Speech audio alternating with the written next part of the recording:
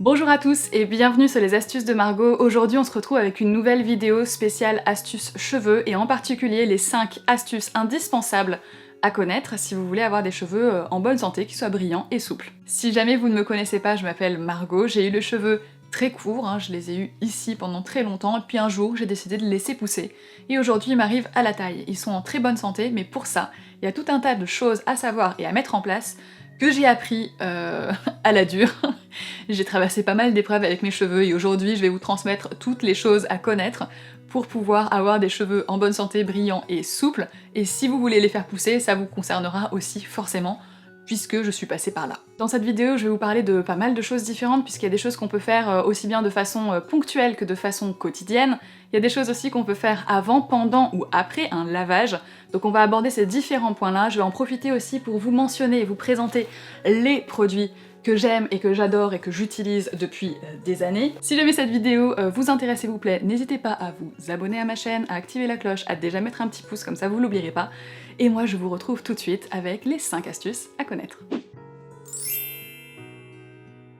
La première astuce que vous devez absolument connaître si vous avez pour objectif d'avoir des cheveux brillants, souples, en bonne santé, ou de les faire pousser d'ailleurs, parce que c'est important du coup qu'ils poussent en bonne santé, c'est d'arrêter tout simplement les silicones. Pourquoi ces silicones sont-ils utilisés et pourquoi je vous recommande de les arrêter? Parce que s'ils sont utilisés, c'est qu'il y a quand même une raison, et si je vous recommande de les arrêter, c'est qu'il y en a une autre.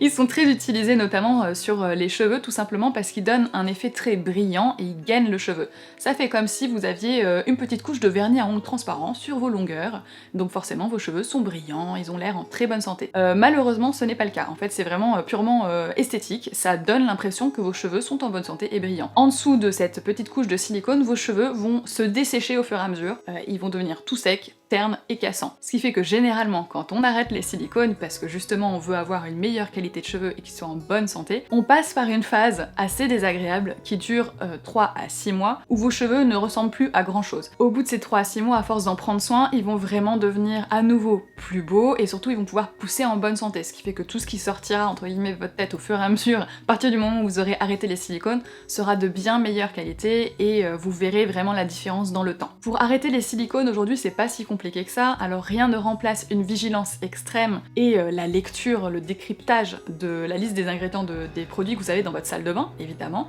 Vous avez des applications aujourd'hui qui existent pour ça, vous avez aussi le site La Vérité sur les cosmétiques qui peut vous y aider, je vous listerai à nouveau tout ça en barre d'informations. Mais si vous ne voulez pas vous prendre la tête, rien ne vaut les labels biologiques. Par exemple, le label EcoCert, quand on regarde dedans, ça vous garantit notamment l'absence d'OGM, de parabènes, de phénoxyéthanol, de nanoparticules, de silicone, de PEG, de parfums et colorants de synthèse et d'ingrédients provenant d'animaux, sauf produits naturellement produits par eux. Donc se tourner vers un label, c'est vraiment la solution la plus simple et la plus rapide pour trouver des produits qui ne contiennent pas de silicone. L'arrêt du silicone, j'en ai parlé en long, en large et en travers dans une vidéo qui date maintenant d'il y a plus de 7 ans, donc c'était vraiment le tout début de ma chaîne. Je vous la remets quand même en barre d'informations parce qu'elle est vraiment très complète sur le pourquoi, du comment et qu'est-ce que ça change, au-delà du fait que vos cheveux vont devenir plus beaux à regarder. Ça a aussi un impact sur l'environnement, un impact aussi sur la santé. Si jamais vous souffrez par exemple de cuir chevelu qui gratte ou de perte de cheveux, ça peut être lié à une utilisation excessive de silicone. Donc n'hésitez pas à aller voir cette vidéo parce que je pense qu'elle pourra vous intéresser. La deuxième astuce à connaître et à mettre en place impérativement si vous voulez avoir de beaux cheveux, elle va de pair avec la précédente, c'est de tout simplement couper les fourches. Une fourche ne se répare jamais, je sais c'est triste, ce qui fait que si jamais vous avez arrêté les silicones comme je vous le recommande dans la première astuce, vous risquez de vous rendre compte au bout de quelques semaines, quand vous commencez à voir réapparaître la véritable nature de vos cheveux sous la couche de silicone, vous risquez de voir apparaître plein de fourches. Une fourche ne se répare pas, elle va tout simplement remonter le long de la fibre capillaire et plus ça ira et plus il faudra aller couper haut. Donc dès que vous voyez apparaître des fourches, allez faire couper les pointes, ça leur fera énormément de bien. La troisième astuce à connaître et à absolument mettre en place, et en particulier si vous avez des cheveux longs ou que vous voulez les faire pousser et qui restent en bonne santé, c'est de les tresser le soir avant de vous coucher. Oui, je sais, ça peut paraître vraiment anecdotique, mais ça fait une énorme différence. En gardant vos cheveux tressés toute la nuit, vous évitez qu'ils se frottent en fait entre eux et qu'ils frottent contre votre oreiller, votre matelas, qu'ils soient coincés en dessous de vous aussi pendant la nuit. Déjà, ça sera plus confortable pour vous pour dormir, et au-delà de ça, ça va vraiment les protéger. Vous n'avez pas besoin de les tresser très fort, pas très serré, c'est pas nécessaire, vous pouvez faire une tresse assez lâche. Vous n'avez pas non plus besoin de les attacher avec un élastique comme si vous alliez courir un marathon. L'élastique peut être relativement lâche aussi. L'objectif, c'est d'éviter un maximum de frottement pour vos cheveux. En étant tressés, ils vont rester en place, et ils vont moins avoir tendance à créer de fourches par la suite. Donc ils vont pouvoir pousser entre guillemets plus rapidement parce que vous aurez moins besoin de les couper à cause des fameuses fourches qui arrivent au fur et à mesure. La quatrième astuce à absolument mettre en place d'après moi, c'est tout simplement de démêler vos cheveux en partant des pointes et en remontant progressivement sur les longueurs. Donc vous partez de là, vous brossez, vous partez de là, vous brossez, etc. etc. Ça va éviter tout simplement de serrer les nœuds que vous avez déjà présents dans les cheveux. Donc si vous partez d'ici sans avoir démêlé ce qu'il y a en dessous, vous allez avoir tendance à resserrer tous les nœuds qu'il y a à l'intérieur de vos longueurs. Du coup, vous allez avoir tendance à encore plus les fragiliser, les casser, ça va être la galère, et en plus de ça, ça va être assez désagréable. Donc commencez toujours par les pointes, et remontez progressivement sur les longueurs. L'astuce complémentaire qui va avec ça, c'est aussi de plutôt démêler vos cheveux sur cheveux secs, si vous avez des cheveux plutôt lisses, souples ou ondulés. Si vous avez des cheveux vraiment bouclés ou même crépus, en revanche, là, la recommandation, ça sera plutôt de vous mettre un masque ou un après-shampoing très nourrissant dans les cheveux, sur cheveux humides quand vous êtes sous la douche, et de prendre le temps de les démêler, soit directement au doigt, ça marche très bien, soit avec un peigne à très larges dents. Donc moi là j'ai un peigne côté classique, donc c'est un peigne en bois, là c'est classique, là c'est large dents, et vous avez encore plus large que ça, donc encore plus espacé. Ça vous permettra d'éviter de fragiliser à nouveau la fibre de vos cheveux. La dernière astuce que je vais partager avant de passer aux différents produits que j'ai mis juste à côté de moi et que je vais vous présenter juste derrière, concerne le séchage des cheveux. Alors, surtout, évitez un maximum d'utiliser de la chaleur. Vraiment, la chaleur, vous devriez même la bannir complètement. Il y a des moyens d'avoir des jolies boucles bien définies sans chaleur. Maintenant, si vous n'avez pas le choix, vous êtes très pris par le temps un jour, bah c'est comme ça, hein. Mais de façon quotidienne, régulière, évitez. La deuxième recommandation que je vais vous faire, c'est que pareil, c'est mieux d'éviter de se sécher les cheveux avec un sèche-cheveux parce que ça va faire du frottement. Ça va faire du frottement et ça va dessécher assez vite vos cheveux, qui auraient plutôt intérêt à garder un maximum de cette hydratation à l'intérieur de la fibre, donc plutôt laisser sécher vos cheveux à l'air libre, c'est ce qu'il y a vraiment de mieux. Par contre, vous pouvez bien évidemment les essorer en sortant de la douche. La petite technique pour les essorer sans les abîmer, c'est tout simplement de venir en fait presser avec la serviette votre fibre capillaire, donc vraiment on y va en pressant et pas en froissant. Parce qu'en froissant, on augmente le frottement et on va abîmer la fibre. On va commencer par la base de la base de la base de la base, niveau cheveux, et on va parler shampoing. La totalité des produits que je vais vous présenter sont biologiques, généralement ils sont soit fabriqués en France, soit fabriqués en Europe. Ils sont de très bonne qualité, ce sont mes chouchous depuis très longtemps, et donc je vous les recommande, mais vraiment à 1000%. Au niveau des shampoings, comme c'est vraiment la base et que tout le monde va en utiliser, je vous en ai sélectionné 4. Évidemment, vous n'avez pas besoin de prendre les 4. Il y en a un qui va être très économique parce que grand format, utilisable par toute la famille, et qui est aussi un gel douche.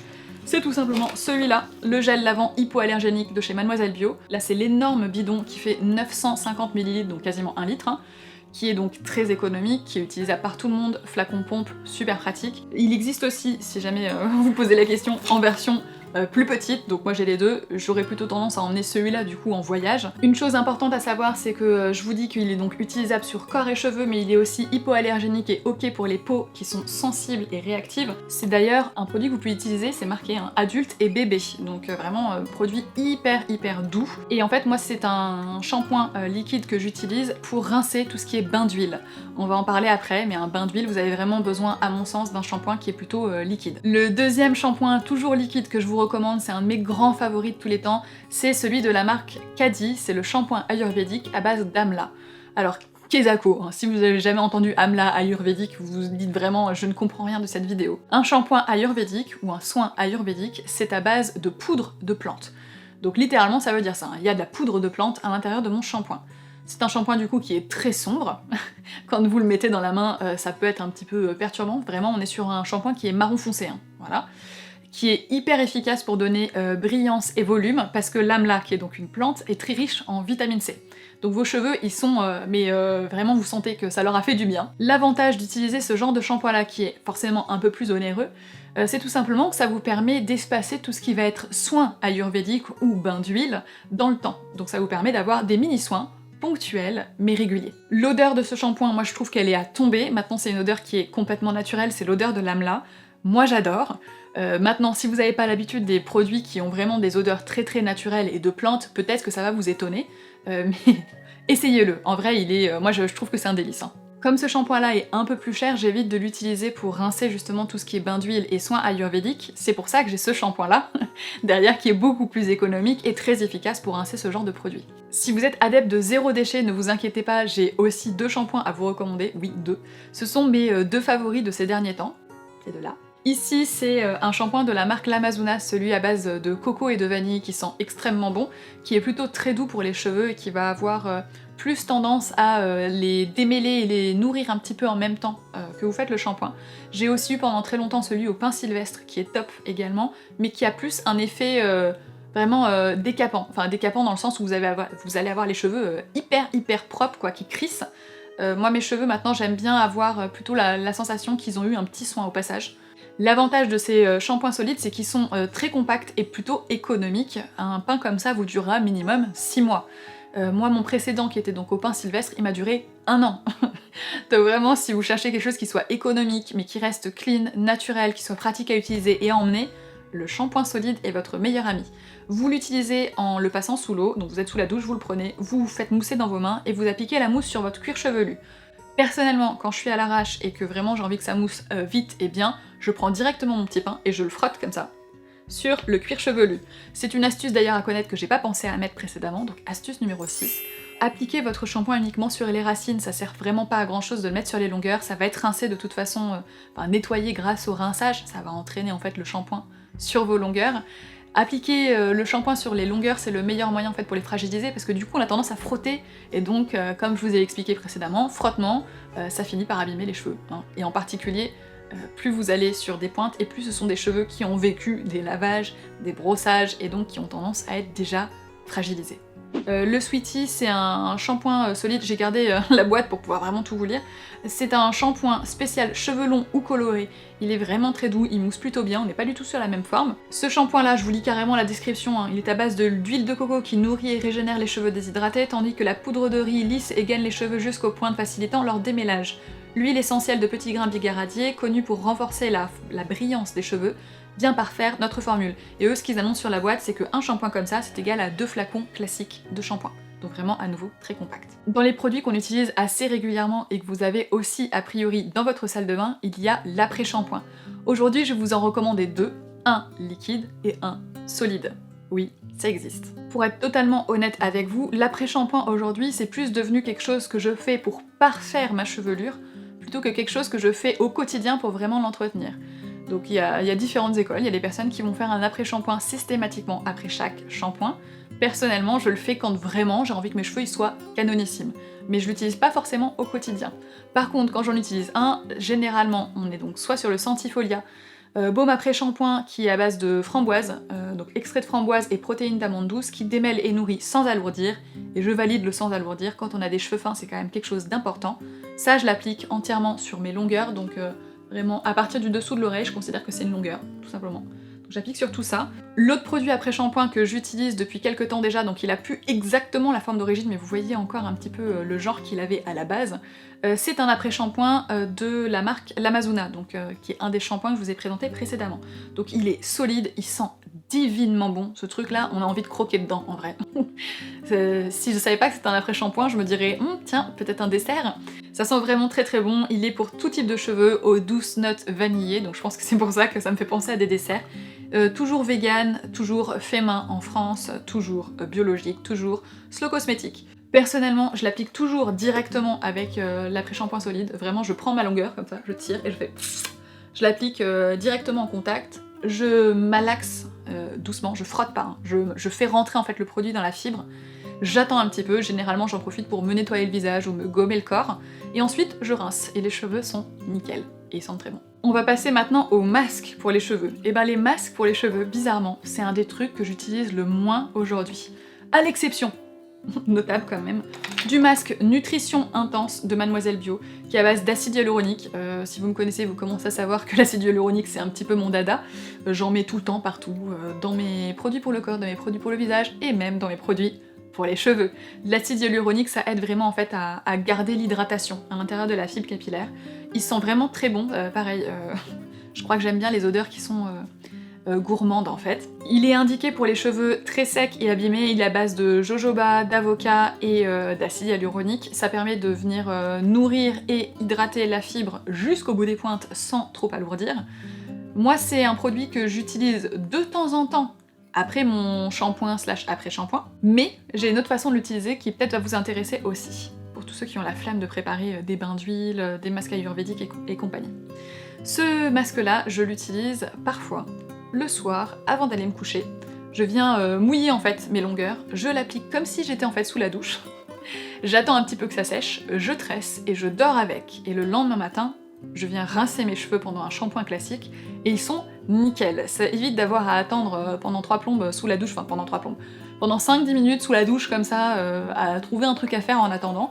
Vos cheveux, ils sont très bien hydratés, et surtout ça permet d'être sûr et certain que même si vous avez appliqué le produit en excès, vos cheveux vont pas se retrouver tout gras et agglutinés les uns contre les autres. Donc c'est vraiment une bonne astuce à connaître pour utiliser un masque qu'on a peur de pas forcément bien doser. Ce masque-là, il existe aussi en version shampoing et en version crème de soin, il me semble. Quand moi j'ai pris le masque, il n'y avait plus de crème de soin, il était plus disponible. C'est vraiment un super bon truc à avoir dans sa salle de bain. C'est une grosse recommandation de ma part, vraiment j'approuve. Quand je sors de la douche, je me sèche les cheveux avec une serviette spéciale cheveux qui vient de la marque Les Tendances d'Emma, qui est nickel. C'est une serviette en matière un petit peu éponge, donc ça absorbe très vite beaucoup d'eau. Elle est bien pensée puisque donc vous venez passer votre tête ici, là il y a une couture qui est exprès, vous passez votre tête, vous n'avez plus qu'à enrouler vos cheveux à l'intérieur, à rabattre à l'arrière et à passer dans le passant. Comme ça c'est sécurisé, vous n'avez pas tout le temps votre serviette qui retombe. Vos cheveux sèchent tranquillement, gentiment, sans frottement, pendant que vous en profitez pour vous crémer le corps, vous habiller, etc. Une fois que mes cheveux sont essorés, je viens les démêler avec un peigne à larges dents qui est un peigne en bois de la marque Tech, il est fabriqué à la main en Italie.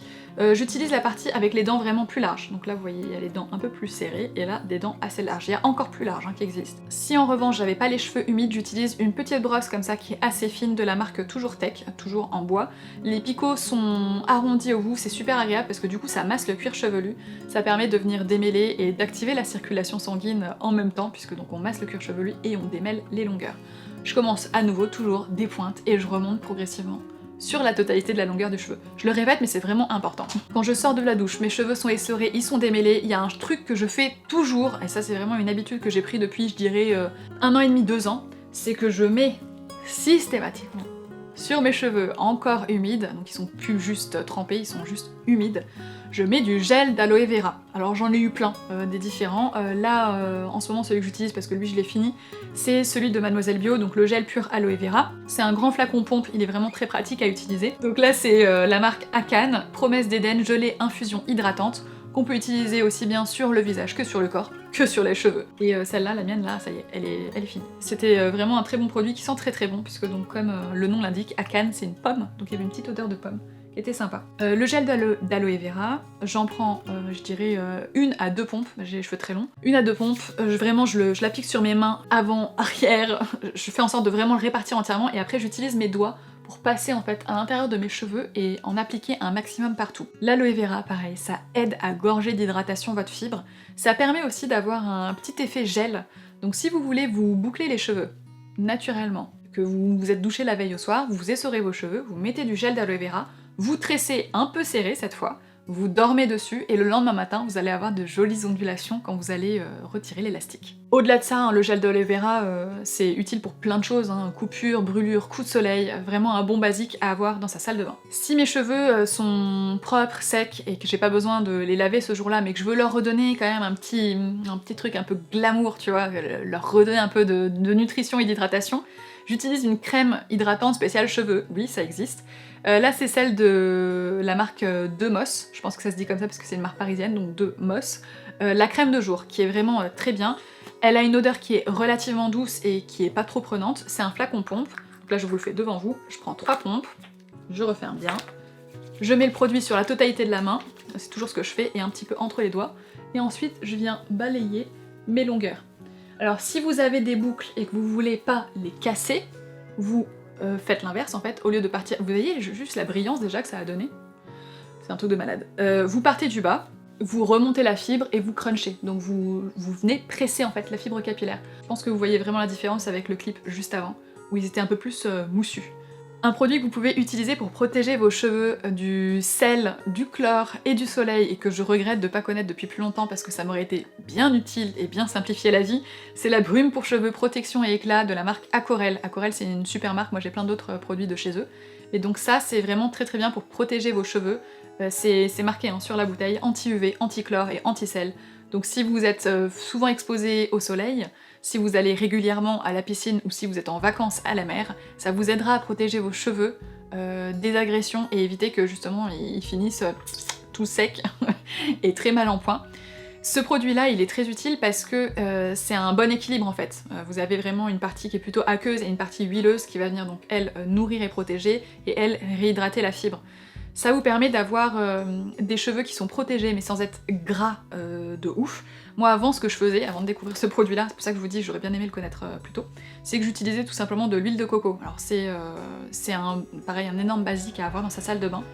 L'huile de coco, j'en appliquais un petit peu dans mes mains, je passais sur toutes mes longueurs, j'attachais mes cheveux et hop, du coup vous pouvez aller vous baigner.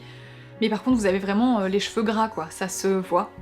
Alors que là, ça se voit pas, vous avez juste des beaux cheveux bien brillants. Donc à vous de voir la différence, forcément c'est plus économique d'avoir un seul produit que vous pouvez utiliser pour plein de choses différentes. Mais celui-là, si vous êtes souvent exposé à ce genre de contraintes, donc UV, chlore ou sel, c'est un bon basique à avoir. Alors j'ai commencé à aborder le sujet avec l'huile de coco qui est juste ici, je vous ai amené d'autres huiles pour vous en montrer tout un tas. Là c'est de l'huile de jojoba, là c'est de l'huile de ricin et là c'est de l'huile d'avocat, celle qui est foncée là sur le côté. Les huiles, je les utilise en bain d'huile, justement ce qu'on appelle un bain d'huile, ou alors pur si j'ai la flemme, juste la coco. Mais c'est vraiment quand j'ai la flemme, je prends juste de l'huile de coco. Sinon en général je mélange ça, et potentiellement je viens mélanger en plus avec des poudres pour en faire un bain d'huile ayurvédique. Ça y est, vous commencez à comprendre un petit peu le cheminement. Ces huiles-là, en fait, elles ont chacune des propriétés, chacune des intérêts. On n'utilise pas forcément les mêmes huiles sur les mêmes types de cheveux ou sur les mêmes problématiques. Donc je vous invite à vous renseigner par rapport à vos cheveux, ce qui vous intéresse le plus. L'huile de ricin, elle est réputée pour faire vraiment aider à pousser les cheveux. Vous pouvez aussi l'utiliser sur cils et sourcils, c'est très intéressant. L'huile d'avocat, vous pouvez aussi l'utiliser en contour pour les yeux, c'est un très bon anti-âge. Et elle est pas mal aussi pour stimuler la pousse, elle est très intéressante même si sa couleur peut être un peu inquiétante. L'huile de jojoba, c'est vraiment l'huile à tout faire. Si vous avez le cuir chevelu un petit peu gras, ça peut aider aussi à réguler. Si vous avez la peau grasse, ça aide aussi à réguler. C'est une très bonne huile qui vient bien compléter l'huile de coco. J'ai bugué toute seule. L'huile de coco, c'est l'huile à avoir impérativement, sauf si vous avez les cheveux qui sont très colorés, parce que l'huile de coco et le lait de coco d'ailleurs peuvent faire dégorger les couleurs, et en particulier les couleurs naturelles. Donc ça c'est à savoir et à garder en tête. Ces huiles, je les mélange, pas toujours dans les mêmes proportions, j'ai plein de recettes différentes. Si vous cherchez un bon guide pour vous faire des masques pour les cheveux maison, qui soient uniquement bain d'huile, mélangés à d'autres trucs, mélangés à des poudres, vous avez le livre de Naturellement Lila que je vous mets en barre d'informations, avec plein de masques visage et cheveux, en fonction des problématiques et des objectifs. Donc vraiment c'est la bible du masque à faire soi-même. Au niveau des poudres que moi j'ai et que j'utilise régulièrement, ça reste là des utilisations plus ponctuelles, hein, les bains d'huile. Je dirais que je fais un bain d'huile toutes les 2 semaines, à peu près maintenant. Il y a eu un moment où je faisais un bain d'huile par semaine. Aujourd'hui je dirais un bain d'huile toutes les 2 semaines. Bain d'huile ou bain ayurvédique. Hein. Ce qui fait que mon bain devient ayurvédique, c'est que je rajoute des petites poudres comme ça. Là j'ai de la poudre de Kashur-Sugandhi, c'est the poudre pour cheveux quand vous voulez faire pousser fortement vos cheveux et en bonne santé, donc c'est marqué hein, fortifiant et stimulant. Celles-là viennent d'Aromazone. J'ai aussi de la poudre de guimauve qui aide à démêler, et quand vous utilisez des poudres ayurvédiques, c'est toujours bien d'en mettre un petit peu pour justement faciliter le démêlage derrière. Et j'ai de la poudre d'orange qui est donc très forte en vitamine C, qui est tonifiante et astringente. Ces poudres ayurvédiques là, si jamais voilà, c'est pas quelque chose que vous avez tendance à utiliser régulièrement, pour l'instant vous essayez de vous mettre progressivement au naturel et de mieux traiter vos cheveux, vous avez des mélanges préfets qui existent, il y en a un, enfin il y en a même plusieurs sur le site de Mademoiselle Bio. Je vous les mettrai aussi en barre d'informations si jamais ça vous intéresse. Quoi qu'il arrive que l'on parle de bain d'huile ou de soins ayurvédiques, dans tous les cas, il va falloir le laisser poser très longtemps. Généralement, ce qu'on recommande, c'est grand minimum 30 minutes. Grand minimum 30 minutes. Mais dans la réalité, si vous pouvez carrément laisser poser toute une nuit, donc vous mettez votre huile ou votre soin ayurvédique dans vos cheveux la veille au soir, vous tressez vos cheveux, vous protégez votre oreiller, vous dormez dessus, et vous rincez le lendemain matin, c'est vraiment ce qu'il y aura de mieux et de plus efficace. Ça aura vraiment le temps d'imprégner la fibre capillaire. Pour rincer un bain d'huile, astuce. Astuce importante à connaître parce que si vous rincez mal, vous allez vous retrouver avec des cheveux tout gras quoi. Gras et ça fait sale en fait, alors qu'ils sont propres mais ça fait sale. Pour rincer un bain d'huile, il faut commencer sur cheveux secs. Oui, je sais, c'est bizarre. Et c'est pour ça que précédemment, je vous disais d'absolument avoir un shampoing liquide, même si par ailleurs vous avez un shampoing solide au quotidien. Pour rincer vos bains d'huile, il vous faut un shampoing liquide. Ce shampoing liquide, vous allez l'appliquer pour le coup, exceptionnellement, directement sur vos longueurs. Vous malaxez légèrement la fibre, vous frottez pas, vous massez la fibre de cheveux pour que le shampoing aille vraiment partout, et vous faites un premier rinçage, doux, c'est-à-dire que vous commencez par mettre un petit peu d'eau, vous coupez l'eau, vous faites mousser, et ensuite vous rincez. Et derrière, si vous sentez que la fibre est encore poisseuse, un peu collante, vous faites un shampoing normal cette fois. Et vous aurez les cheveux nickel. Cette vidéo elle était très longue mais je vous ai partagé beaucoup de produits et beaucoup d'astuces, j'espère que ça a répondu à vos questions. Si jamais vous en avez encore, n'hésitez pas à les laisser en commentaire et je passerai faire un tour pour y répondre. Si jamais ça vous a plu, petit pouce vers le haut, abonnez-vous, activez la cloche et moi je vous dis à très bientôt avec une nouvelle vidéo, mais surtout, bon soin, bon shampoing, bon après-shampoing, bon démêlage de cheveux.